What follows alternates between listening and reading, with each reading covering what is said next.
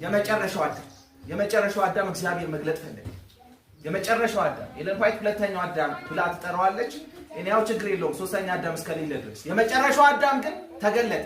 የመጨረሻው አዳም ሉቃስ 1:35 ላይ መልአኩ መጣና እንዲህ አለ፣ መንፈስ ቅዱስ በአንቺ ላይ ይመጣል፣ የልዑልም ኃይል ይጸልልሻል። ስለዚህ ከአንቺ የሚወለደው ቅዱስ የማን ልጅ ይባላል? የእግዚአብሔር ልጅ ይባላል። እስከዛ ድረስ የአዳም ልጅ ነበር የሚባለው ሰው።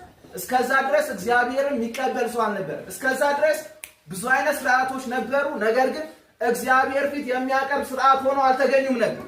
አሁን ግን አንድ አካል መጣ ከሰማይ። ይህም ከሰማይ የመጣው አካል ወደ እግዚአብሔር ፊት የሚያቀርብ የእግዚአብሔር ልጅ የተባለ በመንፈስ የተጸነሰ አንድ ልጅ ተገኘ።